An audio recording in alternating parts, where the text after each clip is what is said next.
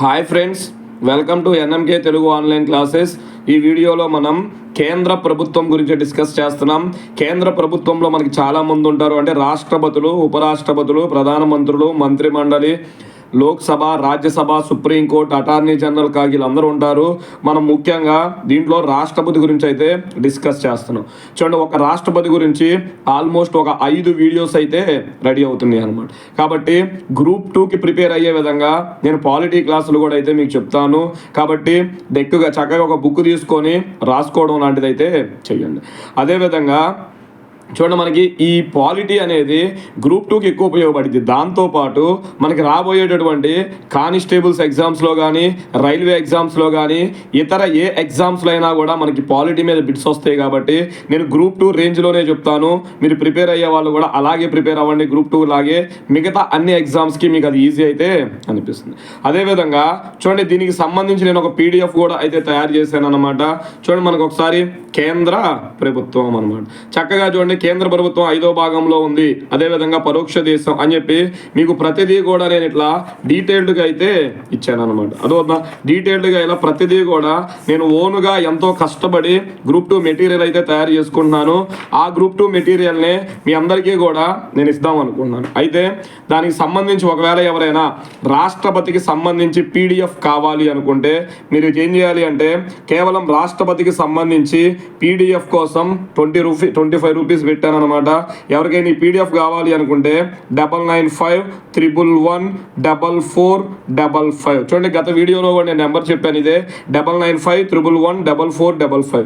ఈ నెంబర్కి ఫోన్పే కానీ గూగుల్ పే కానీ చేసి దాన్ని స్క్రీన్ షాట్ తీసి ఇదే నెంబర్కి వాట్సాప్ చేయండి. నేను చూసిన వెంటనే అయితే మీకు ఆ పీడిఎఫ్ను ఫార్వర్డ్ చేస్తా. చూడండి, మొత్తం ఈ 25 రూపీస్కి 2 పీడిఎఫ్స్ వస్తాయి అనమాట. ఒకటి రాష్ట్రపతికి సంబంధించినటువంటి విషయాలన్నీ కూడా వస్తాయి. అదొక 8 పేజీలు టైప్ చేశాను అనమాట. నేనే ఓన్గా ఒక 3 బుక్స్ దగ్గర పెట్టుకొని, దాని తర్వాత అధికారాలు అనమాట, రాష్ట్రపతి యొక్క అధికారాలు అని చెప్పి అవి ఒక 7 పేజీల దాకా ఉన్నాయి అనమాట. సో టోటల్గా 2 మెటీరియల్ ఒక 14 పేజీలు ఉంటాయి. ఆ 2 మెటీరియల్ కలిపి 25 రూపీస్ అయితే పీడిఎఫ్ మేము పెట్టాను. మీకు ఖచ్చితంగా ఉపయోగపడిద్ది. లేదు సార్ మేము డబ్బులు పంపిద్దాం అనుకున్న వాళ్ళైతే చక్కగా క్లాస్ వింటా మీరు ఒక నోట్స్ కూడా ప్రిపేర్ చేసుకోవచ్చు. ఒకవేళ నోట్స్ ప్రిపేర్ చేసుకోవడం కుదరదు అనుకుంటే చక్కగా క్లాస్ వినండి. అదేవిధంగా ఈ మెటీరియల్ అయితే తీసుకోండి. అదోనా చక్కగా మెటీరియల్ మొత్తం మీకు టైప్ చేసేసి అయితే ఇస్తున్నాను అనమాట. మళ్ళీ మీరు ఆ బుక్ ఈ బుక్ చదవకుండా చక్కగా ఏం చేసి అన్నీ కూడా ప్రశాంతంగా ఇంటి దగ్గర ఉండే చదువుకోవచ్చు. ఓకే, చూడండి, మనం ఇంకా వీడియోలోకి అయితే వెళ్ళిపోదాం. చెప్పాను కదా, ఎవరికైనా కావాలి అనుకుంటే 9953114455 అనమాట. రాష్ట్రపతికి సంబంధించినటువంటి ఆర్టికల్స్, రాష్ట్రపతికి ఉండేటటువంటి అధికారాల మీద ఇక్కడ మనకి మెటీరియల్ అయితే ఈ 25 రూపీస్కి నేను ఇస్తాను. సరే చూడండి, మనం ఇక వీడియోలోకి వెళ్ళిపోయినట్లయితే భారత రాజ్యాంగంలో అసలు కేంద్ర ప్రభుత్వం గురించి ఎన్నో భాగంలో చెప్పారు అంటే 5వ భాగంలో చర్చించారనమాట. చూడండి, మనకి కేంద్ర ప్రభుత్వం గురించి ఎన్నో భాగంలో చర్చించారు, 5వ భాగంలో.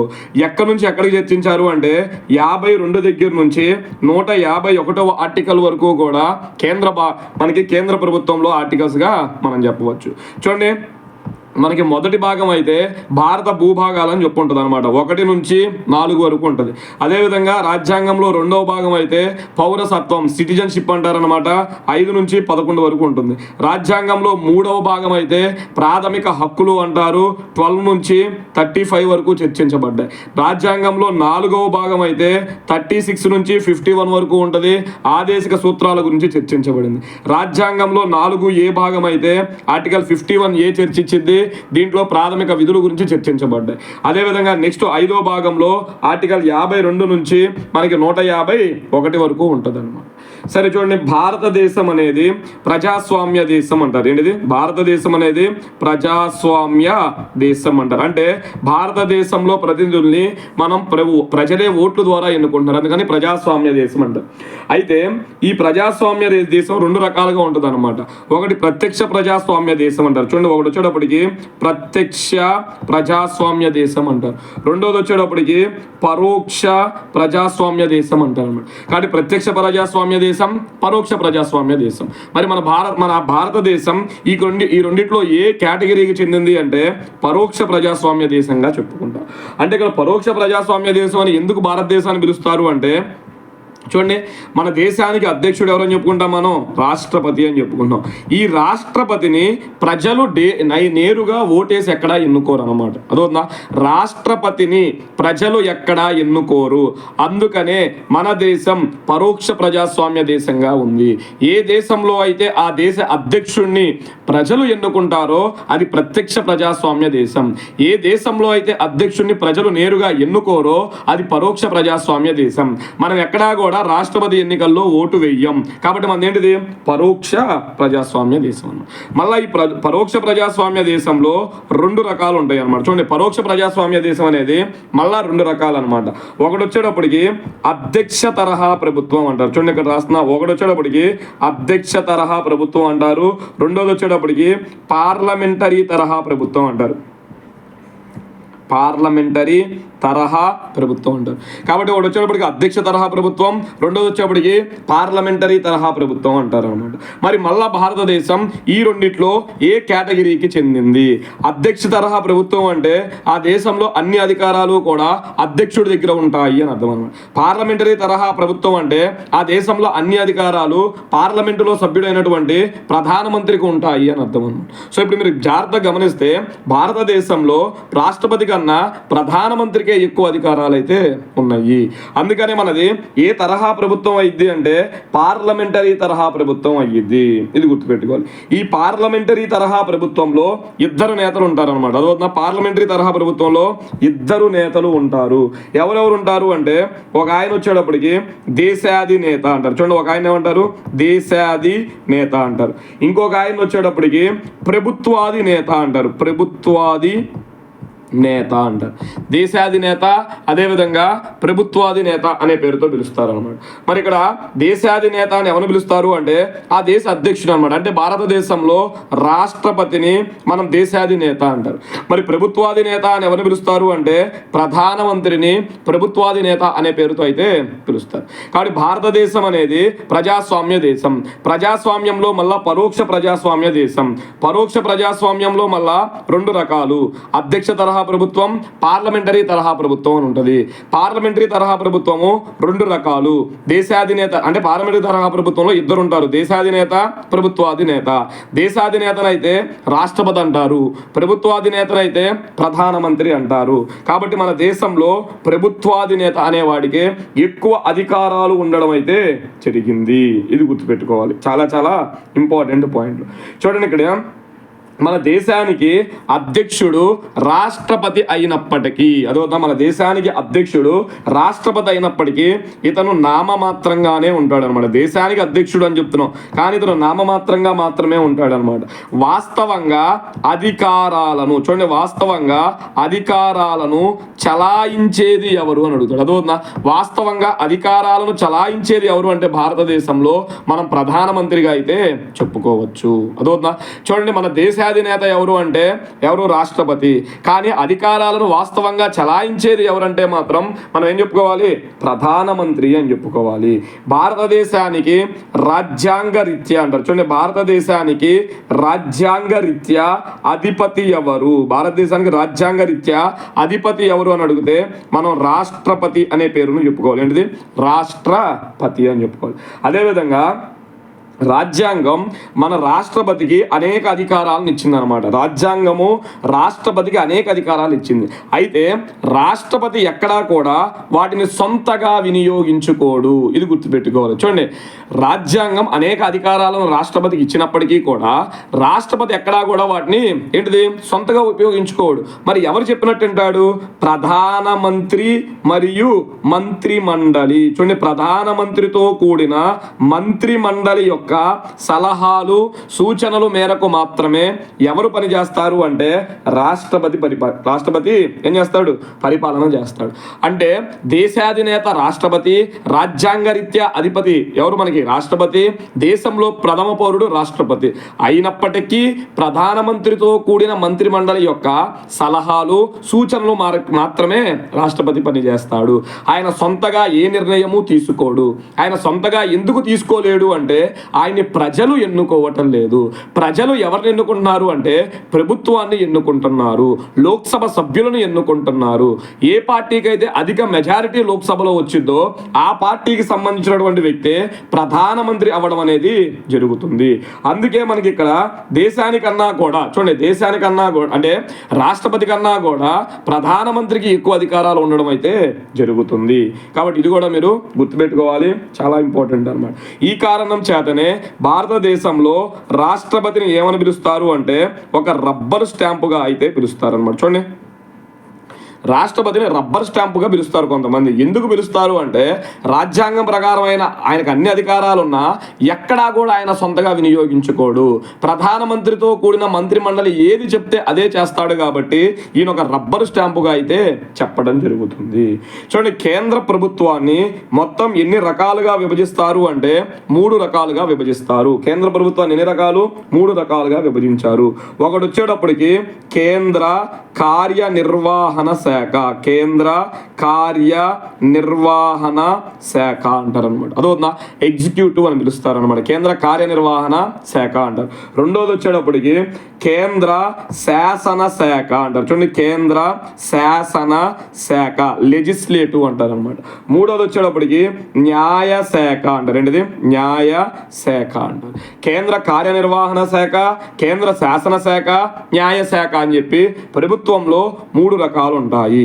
మరి కేంద్ర కార్యనిర్వహణ శాఖకు సంబంధించి ఆర్టికల్ 52 దగ్గర నుంచి 78 వరకు కూడా కేంద్ర కార్యనిర్వహణ శాఖ గురించి అయితే చర్చిస్తుంది. 52 నుంచి 78 వరకు కూడా కేంద్ర కార్యనిర్వహణ శాఖ గురించి చర్చిస్తుంది. అదేవిధంగా ఆర్టికల్ 79 దగ్గర నుంచి ఆర్టికల్ 123 వరకు కూడా, ఆర్టికల్ 79 నుంచి 123 వరకు కూడా కేంద్ర శాసన శాఖ గురించి చర్చిస్తుంది. అదేవిధంగా ఆర్టికల్ 124 దగ్గర నుంచి ఆర్టికల్ 151 వరకు ఆర్టికల్ 147 వరకు కూడా దేని గురించి చర్చిస్తుంది అంటే న్యాయ శాఖ గురించి చర్చిస్తుంది. చూడండి, మనకి కేంద్ర ప్రభుత్వం ఆర్టికల్స్ ఎక్కడి నుంచి ఎక్కడికని చెప్పాను? 52 దగ్గర నుంచి 151 అని చెప్పాను. ఇప్పుడు దీంట్లో 52 నుంచి 78 వరకు కేంద్ర కార్యనిర్వహణ శాఖ, 79 నుంచి 123 వరకు కేంద్ర శాసన శాఖ, 124 నుంచి 147 వరకు అయితే న్యాయ శాఖ అని చెప్పి మనకి ప్రభుత్వంలో ప్రధానంగా ఎన్ని భాగాలు ఉంటాయి? మనకి ప్రధానంగా దీంట్లో మొత్తం 3 భాగాలు ఉంటాయి అన్నమాట. 52 దగ్గర నుంచి 147. ఇక మిగతా 148, 149, 150, 151 అయితే కాగ్ అని చెప్పి ఒక ఆయన ఉంటాడు అనమాట. కంట్రోలర్ అండ్ ఆడిటర్ జనరల్ అనే పేరుతో అయితే పిలుస్తారు, ఆయన ఉంటాడు అనమాట. అదొక చివరిలో మీకు కాగ్ గురించి అయితే తర్వాత నెక్స్ట్ క్లాసుల్లో అయితే డిస్కస్ చేస్తా, కాబట్టి గుర్తుపెట్టుకోవాలి. అదేవిధంగా అసలు దీంట్లో కేంద్ర కార్యనిర్వహణ శాఖ అంటే ఏంటి ఇది తెలియాలన్నమాట. చూడండి, చాలా ఇంపార్టెంట్. కేంద్ర కార్యనిర్వహణ శాఖలో అసలు ఎవరెవరు ఉంటారు అంటే ఒకటి రాష్ట్రపతి ఉంటాడు. గుర్తుపెట్టుకోండి, కేంద్ర కార్యనిర్వహణ శాఖలో ఎవరు ఉంటారు? రాష్ట్రపతి ఉంటాడు. నెక్స్ట్ దాని తర్వాత రెండో వ్యక్తి ఎవరు ఉంటారు అంటే ఉపరాష్ట్రపతి ఉంటాడు. ఎవరు? ఉపరాష్ట్రపతి ఉంటాడు. నెక్స్ట్ దాని తర్వాత ప్రధానమంత్రి ఉంటాడు. నెక్స్ట్ దాని తర్వాత మంత్రి మండలి ఉంటుంది, కేంద్ర మంత్రి మండలి ఉంటుంది. నెక్స్ట్ దాని తర్వాత వచ్చేటప్పటికి అటార్నీ జనరల్ ఉంటాడు. ఎవరు? అటార్నీ జనరల్ ఉంటాడు. వీళ్ళందరూ కూడా దేంట్లో భాగంగా ఉంటారు? కేంద్ర కార్యనిర్వహణ శాఖలో భాగంగా ఉంటారు.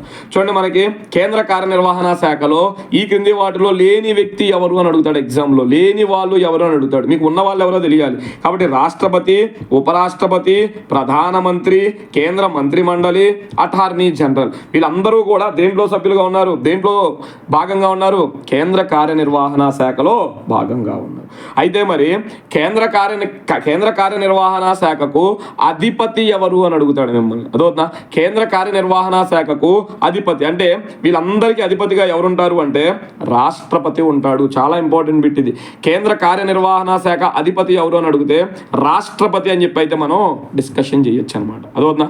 కాబట్టి మీకు అర్థమై ఉంటుంది. ఇప్పుడు కేంద్ర కార్యనిర్వహణ శాఖలో ఎవరెవరు ఉంటారు? రాష్ట్రపతి, ఉపరాష్ట్రపతి, ప్రధానమంత్రి, మంత్రి మండలి, అటార్నీ జనరల్. కేంద్ర నిర్వహణ శాఖ గురించి ఆర్టికల్స్ ఎక్కడి నుంచి ఎక్కడి వరకు అని చెప్పుకున్నాం, 52 నుంచి 78 వరకు అని చెప్పుకున్నాం అనమాట. అంటే ఇప్పుడు 52 దగ్గర నుంచి 78 వరకు కూడా మనకి ఎవరెవరు వస్తారు? రాష్ట్రపతి వస్తాడు, ఉపరాష్ట్రపతి వస్తాడు, ప్రధానమంత్రి, మంత్రి మండలి, అటార్నీ జనరల్, వీళ్ళందరూ కూడా ఈ ఆర్టికల్స్లో అయితే మనకి కవర్ అయిపోతారు అన్నమాట. మరి దాంట్లో మనం ప్రధానంగా ఈ క్లాస్లో ఎవరి గురించి డిస్కస్ చేస్తున్నాము అంటే, ఇందా చెప్పుకున్నాం కదా ఎవరి గురించి, ఇప్పుడంతా కూడా రాష్ట్రపతి గురించి డిసైడ్ చేస్తాం, మనం ఏం చేస్తున్నాం, డిస్కస్ చేస్తున్నాం అనమాట. మరి చూడండి, ఇక్కడ రాష్ట్రపతి యొక్క పదవీ హోదాను దేంతో పోల్చవచ్చు అంటే బ్రిటన్ చక్రవర్తితో పోల్చవచ్చు. చాలా ఇంపార్టెంట్ బిట్ ఇది. చూడండి, భారతదేశ రాష్ట్రపతిని ఈ క్రింది వాటిలో ఎవరితో పోల్చవచ్చు అని అడుగుతాడు. అమెరికా అధ్యక్షుడితో, లేదంటే బ్రిటన్ చక్రవర్తితో, లేదంటే సింగపూర్ అధ్యక్షుడితో, చైనా అధ్యక్షుడితో, ఇలా ఆప్షన్స్ అయితే ఇస్తాడు అనమాట. కాబట్టి రాష్ట్రపతిని, భారతదేశ రాష్ట్రపతిని మనం ఎవరితో పోల్చవచ్చు? బ్రిటన్ చక్రవర్తితో పోల్చవచ్చు అని చెప్తున్నారు అన్నమాట. అయితే బ్రిటిష్ చక్రవర్తికి రాష్ట్రపతికి ఆల్మోస్ట్ అన్ని అధికారాలు ఒకేలాగా ఉంటాయి అన్నమాట. కానీ ఒకే ఒక్క విషయంలో మాత్రం మన రాష్ట్రపతికి ఎక్కువ అధికారాలు ఉన్నాయి, బ్రిటన్ చక్రవర్తికి మాత్రం చాలా తక్కువ ఉన్నాయి. అవి ఏ విషయంలో అంటే వీటో అధికారాలు అంటారు అన్నమాట. ఏంటిది? వీటో అధికారాలు. మనకి ఈ రాష్ట్రపతి చెప్పుకునేటప్పుడే వీటో అధికారాలు కూడా ఉన్నాయి. రాష్ట్రపతికి చాలా అధికారాలు ఉంటాయి, వాటిల్లో వీటో అధికారాలు కూడా ఉన్నాయి అన్నమాట. అబ్సల్యూట్ వీటో అని, సస్పెన్సివ్ వీటో అని, పాకెట్ వీటో అని చెప్పి 3 రకాల వీటోలు ఉంటాయి. ఆ వీటోల గురించి కూడా నెక్స్ట్ వచ్చేటటువంటి వీడియోలో మీకైతే డిస్కస్ చేస్తా. అదవుతుందా? కాబట్టి గుర్తుపెట్టుకోండి, బ్రిటన్ చక్రవర్తికి వీటో అధికారాలు లేవు, కానీ భారత రాష్ట్రపతికి ఏ అధికారాలు ఉన్నాయి? వీటో అధికారాలు ఉన్నాయి. ఇది ఒక్కటే డిఫరెన్స్ అనమాట. ఇక మిగతాదంతా సేమ్ టు సేమ్. ఎవరిని పోలి ఉంటాడు మన రాష్ట్రపతి అంటే బ్రిటన్ చక్రవర్తిని అయితే పోలి ఉంటాడు. ఇది గుర్తుపెట్టుకోవాలి.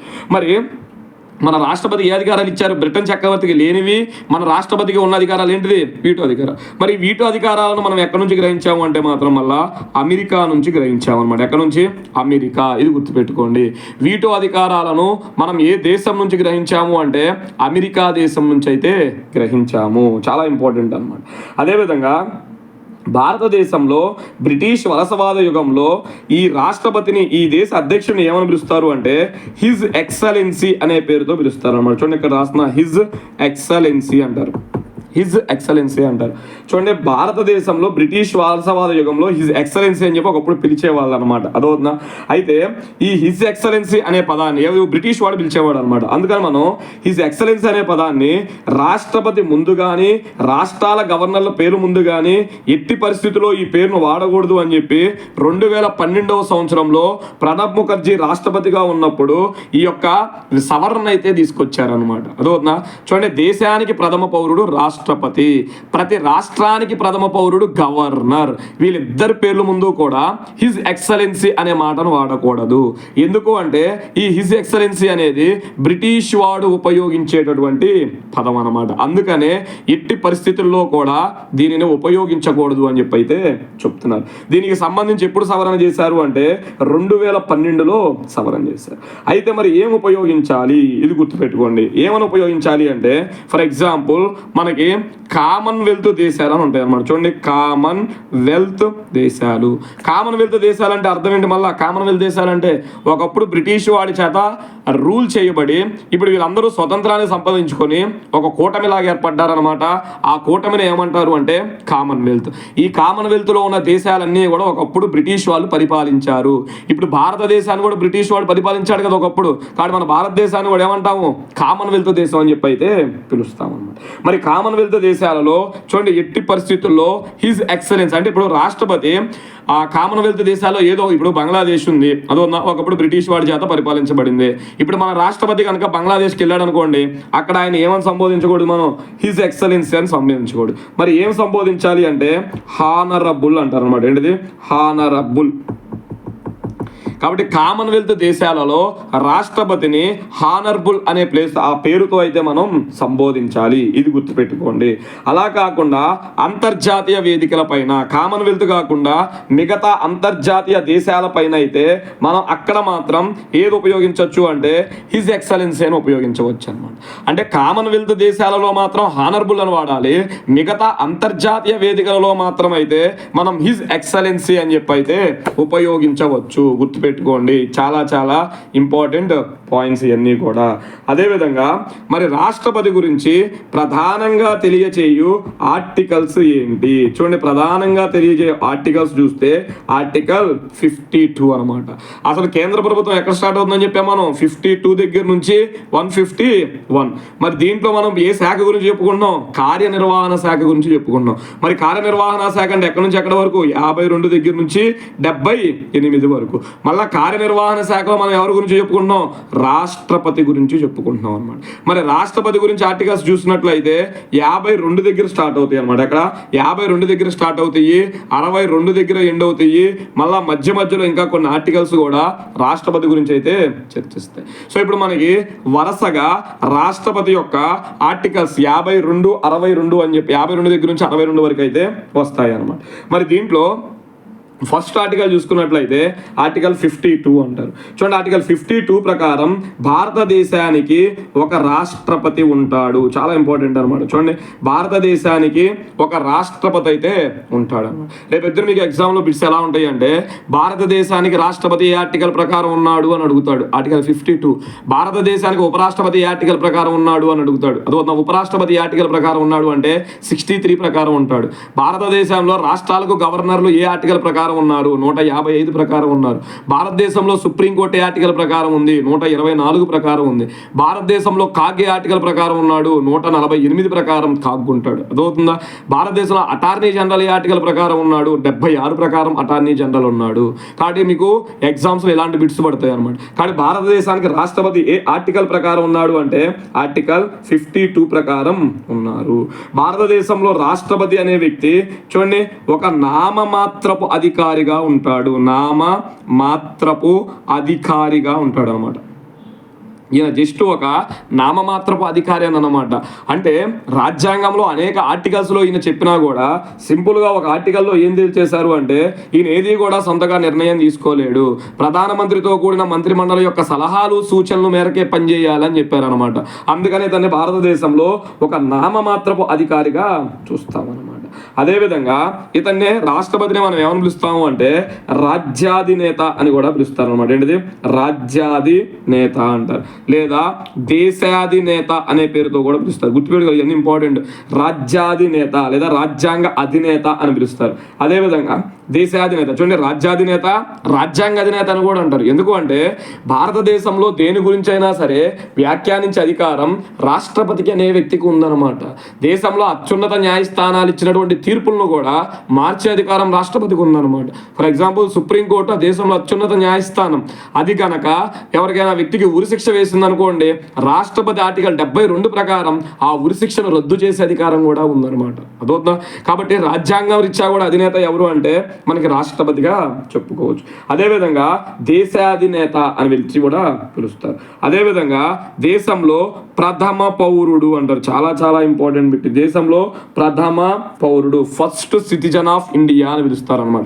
మనకి భారతదేశంలో జనాభా లెక్కలు స్వీకరించేటప్పుడు నెంబర్స్ తీసుకుంటారు కదా, అలా ఫస్ట్ నెంబర్ ఎవరు చేస్తారు అంటే భారతదేశ రాష్ట్రపతిదే వేస్తారనమాట. ఎందుకంటే ఆయన భారతదేశానికి ప్రథమ పౌరుడు, అంటే అక్కడ జనాభా లెక్కల్లో కూడా ఆయన్నే ఫస్ట్ రాయడం అనేది జరుగుతుంది. ఇది గుర్తుపెట్టుకోవాలి. అదేవిధంగా రాష్ట్రపతిని దేశ సమగ్రతకు, దేశ సమైక్యతకు చిహ్నంగా కూడా మనం పిలవవచ్చు. గుర్తుపెట్టుకోండి, దేశ సమగ్రతకు, దేశ సమైక్యతకు ఎవరిని చిహ్నంగా మనం భావించవచ్చు ఈ క్రింది వ్యక్తులలో అంటే రాష్ట్రపతిని భావించవచ్చు. ఎందుకంటే రాష్ట్రపతి రాజ్యాంగ అధినేత అన్నమాట.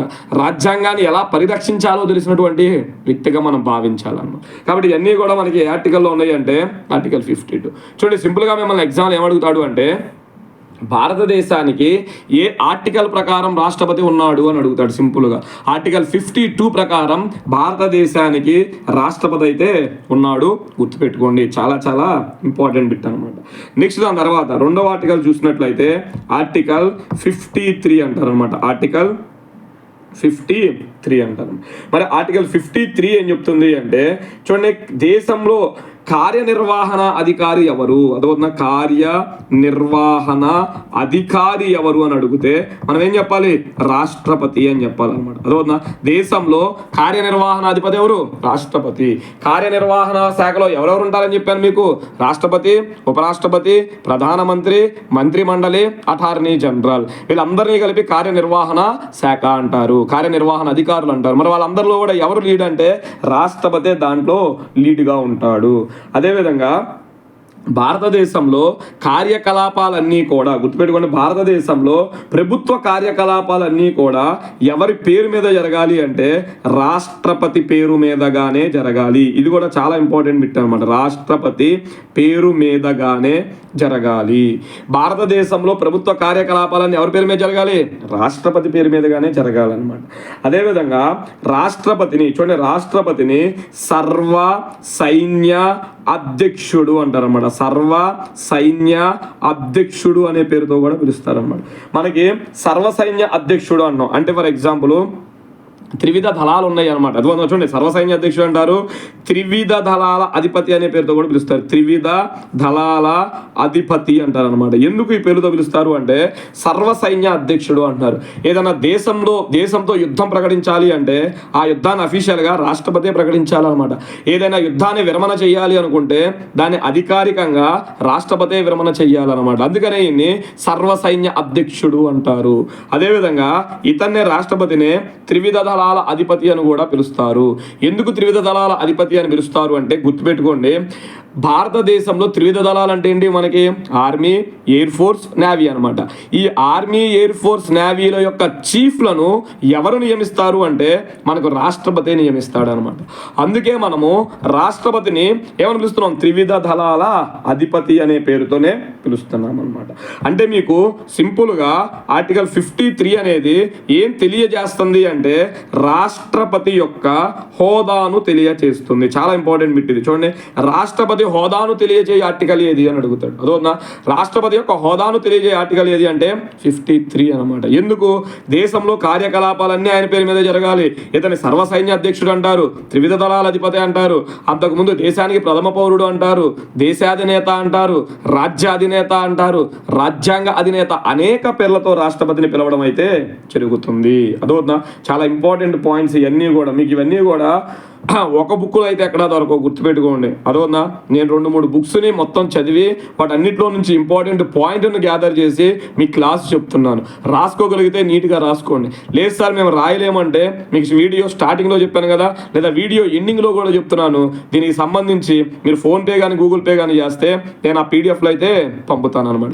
అంతకుముందు ఏపీ హిస్టరీలో ఆంధ్ర పూర్వ చరిత్ర అని చెప్పి ఒక వీడియో చేశాను అనమాట.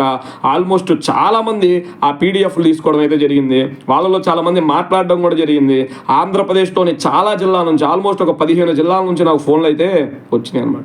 అంటే నా వీడియో ఆంధ్రప్రదేశ్లోని 26 జిల్లాల వాళ్ళు కూడా చూస్తున్నారని అయితే అర్థమవుతుంది. అదవుతుందా? కాబట్టి మీరు ఒకసారి వీడియో చివరిదాకా చూడండి, ఎలా చెప్తున్నాను. బయట ఇంకేదన్నా ఛానల్లో కూడా మీరు చూడండి, ఒకసారి కంపేర్ చేసుకోండి, ఎక్కడ ఎక్స్ట్రా పాయింట్స్ వస్తున్నాయి, ఏవి ఇంపార్టెంట్ పాయింట్స్ వస్తున్నాయి అన్ని గ్యాదర్ చేసుకున్న తర్వాత మీరు డెసిషన్ అయితే తీసుకోండి. అదవుతుందా? నేను ఆ పీడిఎఫ్లు కూడా ఎక్కడా కాపీ చేసినవి కాదు, నేను కష్టపడి రాత్రులు నిద్ర లేకుండా టైప్ చేసుకున్నటువంటి పీడిఎఫ్లు అనమాట. ఇవన్నీ కూడా ఇప్పటికిప్పుడు పీడిఎఫ్లు తయారు చేసి ఆ కష్టాన్ని మరి ఎవరికి ఊరికి ఇవ్వకూడదు కాబట్టి ఒక చిన్న అమౌంట్ అయితే పెట్టారు. 25 రూపీస్ అనేది పెద్ద అమౌంట్ కాదు. మీరు బయట పాలిటీ లక్ష్మీకాంత్ బుక్ చూసుకుంటే 700 రూపాయల పైనే ఉందన్నమాట. విన్నర్స్ బుక్ తీసుకున్నా కూడా 600 రూపాయల వరకు ఉందన్నమాట. అదవుతుందా? నేను ఆ బుక్స్ అన్ని చదివి మీకు సింపుల్గా అర్థమయ్యేలాగా చక్కగా మెటీరియల్ అయితే తయారు చేసేస్తున్నాను. దీన్ని 100% అయితే మీరు ఉపయోగించుకోండి. ఓకే, సరే చూడండి, ఇక్కడ మనకి రాష్ట్రపతి యొక్క హోదాని తెలియజేస్తాను అనమాట. అదేవిధంగా ఇదే ఆర్టికల్లో ఇంకొక పాయింట్ ఉంటుంది అనమాట. రాష్ట్రపతి ఇచ్చినటువంటి అధికారాలను తాను స్వయంగా నిర్వర్తించవచ్చు, లేదా తను ఎవరో ఒకరిని ప్రతినిధిగా పెట్టి ఆ ప్రతినిధి ద్వారా అయినా సరే ఏం చేయొచ్చు, నిర్వర్తించవచ్చు అని ఉంటుంది అనమాట. చూడండి, చాలా ఇంపార్టెంట్ ఆర్టికల్. రాష్ట్రపతికి కొన్ని అధికారాలు ఇచ్చారు. ఆ అధికారాలను రాష్ట్రపతి స్వయంగా అయినా నిర్వర్తించవచ్చు, లేదా తన ప్రతినిధి ద్వారా అయినా సరే నిర్వర్తించవచ్చు అని ఉంటుంది అనమాట. మీకు బెస్ట్ ఎగ్జాంపుల్ చెప్తాను చూడండి. మనకి రాజ్యాంగం ప్రకారం చూడండి ఆర్టికల్ 99 దగ్గర వచ్చింది అనమాట. మనకి పార్లమెంట్లో చెప్పుకుంటాం దీని గురించి. మనకి 99లో ఏముంటుంది అంటే పార్లమెంటు సభ్యుల చేత ఎవరు ప్రమాణ స్వీకారం చేపించాలి అంటే రాష్ట్రపతి చేపించాలని ఉంటుంది అనమాట. అదోనా పార్లమెంటు సభ్యుల చేత, లోక్సభ సభ్యులు కానీ రాజ్యసభ సభ్యుల చేత కానీ రాష్ట్రపతి ప్రమాణ స్వీకారం చేయించాలి అని ఉంటుంది. కానీ రాష్ట్రపతి ఏం చేస్తాడు అంటే ఆయన చేపించాడు అనమాట. ఆయన స్వయంగా ఉండి చేపించాడు. ఆయన ప్రతినిధి ద్వారా చేపిస్తాడు. ఇప్పుడు లోక్సభకు మనకి స్పీకర్ ఉంటాడు కదా, ఆ స్పీకర్ని రాష్ట్రపతి ఏం చేస్తాడు, తన ప్రతినిధిగా పిలుస్తాడు. ఈ స్పీకర్ అందరు సభ్యుల చేత ఏం చేసేస్తాడు, ప్రమాణ స్వీకారం. మరి రాజ్యాంగం ఏం చెప్తుంది, రాష్ట్రపతి చేపియాలి అని చెప్పి 99లో ఉంది. కానీ 53లో ఏముంది, రాష్ట్రపతి అయినా చేయొచ్చు, తన ప్రతినిధి ద్వారా అయినా చేయించవచ్చు అని ఉంది. అందుకే రాష్ట్రపతి తన ప్రతినిధిని పెట్టి వెళ్ళిపోతాడు అనమాట. తన ప్రతినిధి ఏం చేపిస్తాడు అంటే ఇక్కడ ఏం చేపిస్తాడు, అందరి చేత ప్రమాణ స్వీకారాలు అయితే చేపిస్తాడు అనమాట. ఇది మీరు గుర్తుపెట్టుకోవాలి. ఇది ఏ ఆర్టికల్లో ఉంది అంటే మనకి ఆర్టికల్ 53 దగ్గర అయితే ఉందన్నమాట.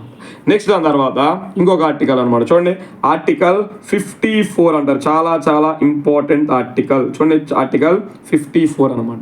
మన ఆర్టికల్ 54 ఏం చెప్తుంది అంటే రాష్ట్రపతి ఎన్నికలలో పాల్గొనే వారి గురించి చెప్తుంది. రాష్ట్రపతి ఎన్నికల్లో పాల్గొనేవారు, అసలు రాష్ట్రపతి ఎన్నికల్లో ఎవరెవరు పాల్గొంటారు అనే దాని గురించి ఆర్టికల్ 54 అయితే డిస్కస్ చేస్తుంది. మరి రాష్ట్రపతి ఎన్నిక అసలు ఏ విధంగా జరిగిద్ది చూడండి. రాష్ట్రపతి ఎన్నిక అసలు ఏ విధంగా ఏ పద్ధతిలో జరిగిద్ది అంటే పరోక్ష పద్ధతిలో జరిగిద్ది అనమాట. ఎన్నికలు 2 రకాలు. ఒకటి పరోక్ష ఎన్నికలు, 2 ప్రత్యక్ష ఎన్నికలు అంటారు అనమాట.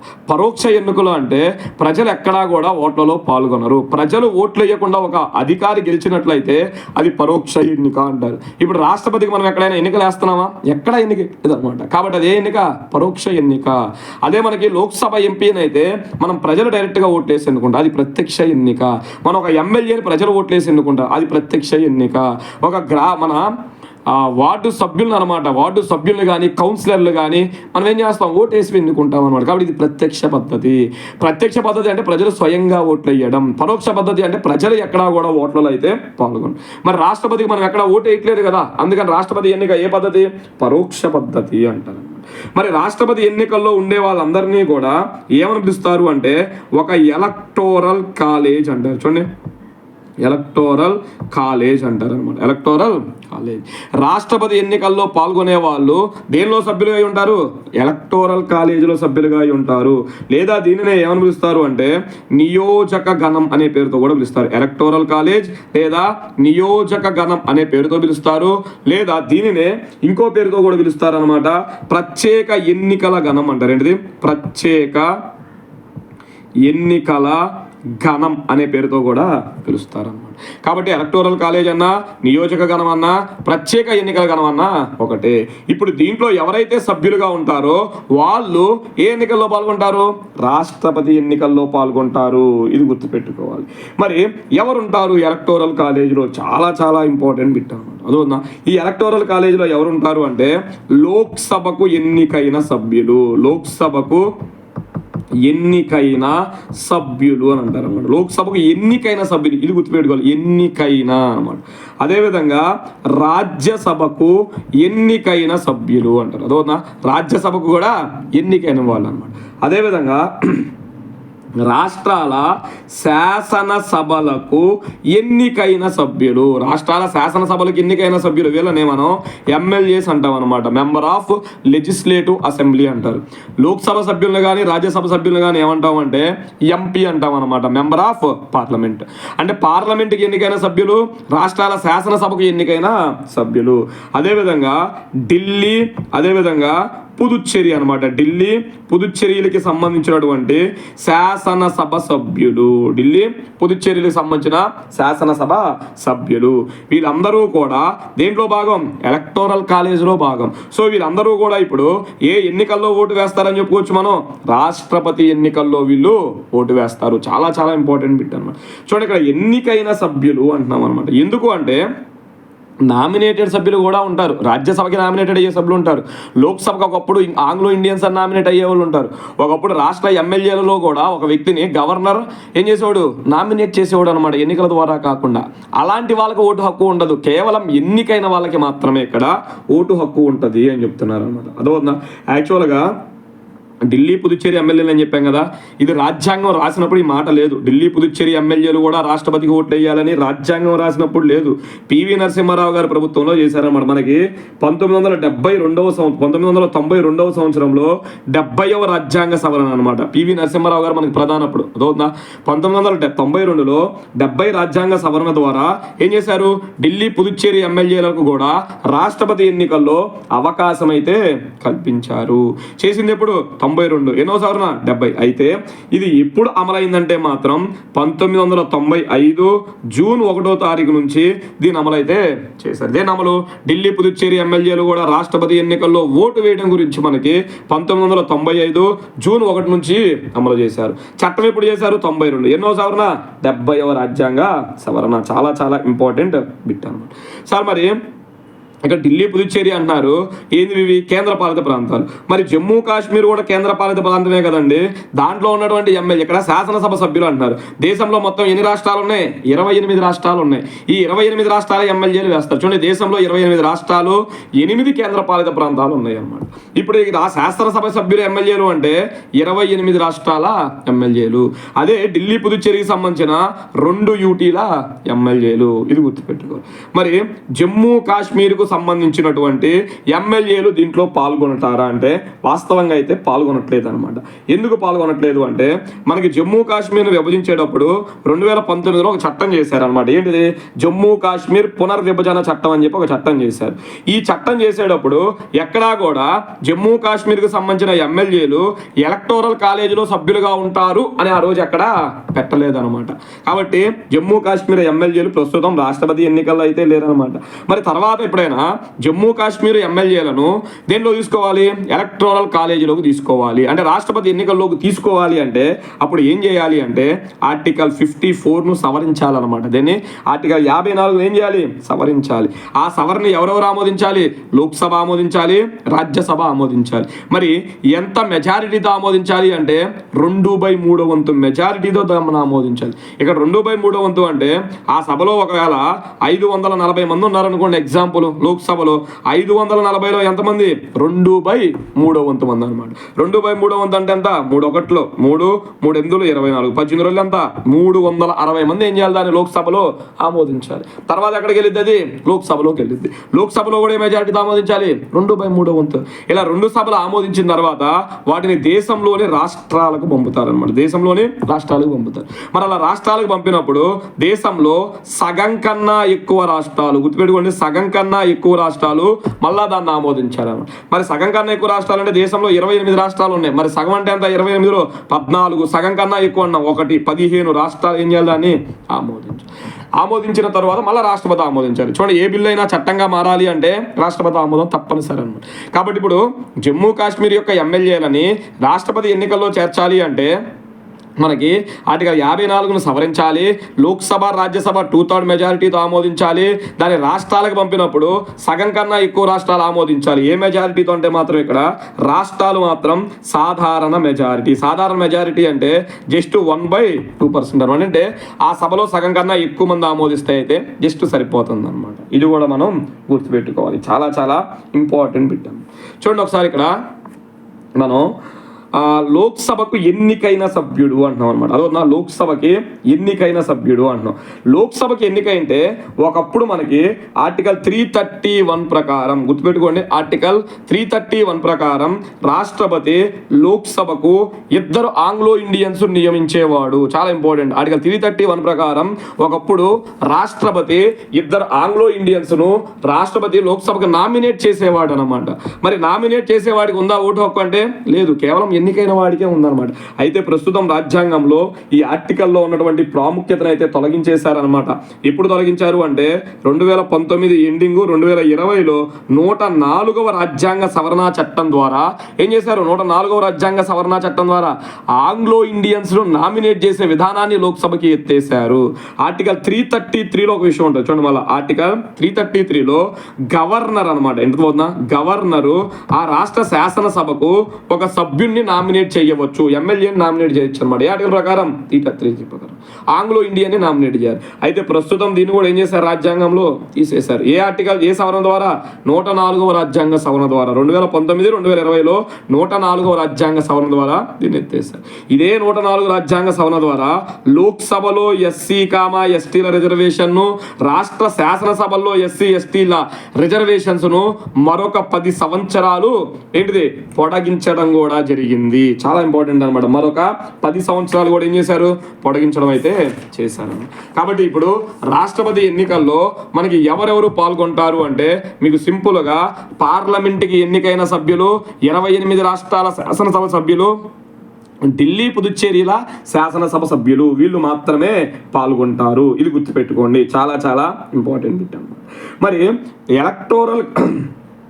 ఎలక్టోరల్ కాలేజీలో సభ్యులు కాని వాళ్ళు ఎవరు అంటే ఎవరికి ఓటు వేసే హక్కు లేదు. ఇది గుర్తుపెట్టుకోవాలి. మరి ఎవరికి ఓటు వేసే హక్కు లేదు అంటే చూడండి, పార్లమెంటుకు, దేనికి, పార్లమెంటుకు, పార్లమెంట్ అంటే లోక్సభకు కానీ రాజ్యసభకు కానీ ఎవరైతే నామినేట్ అవుతారో వాళ్ళకి రాష్ట్రపతి ఎన్నికల్లో ఓటేసే హక్కు మాత్రం లేదన్నమాట.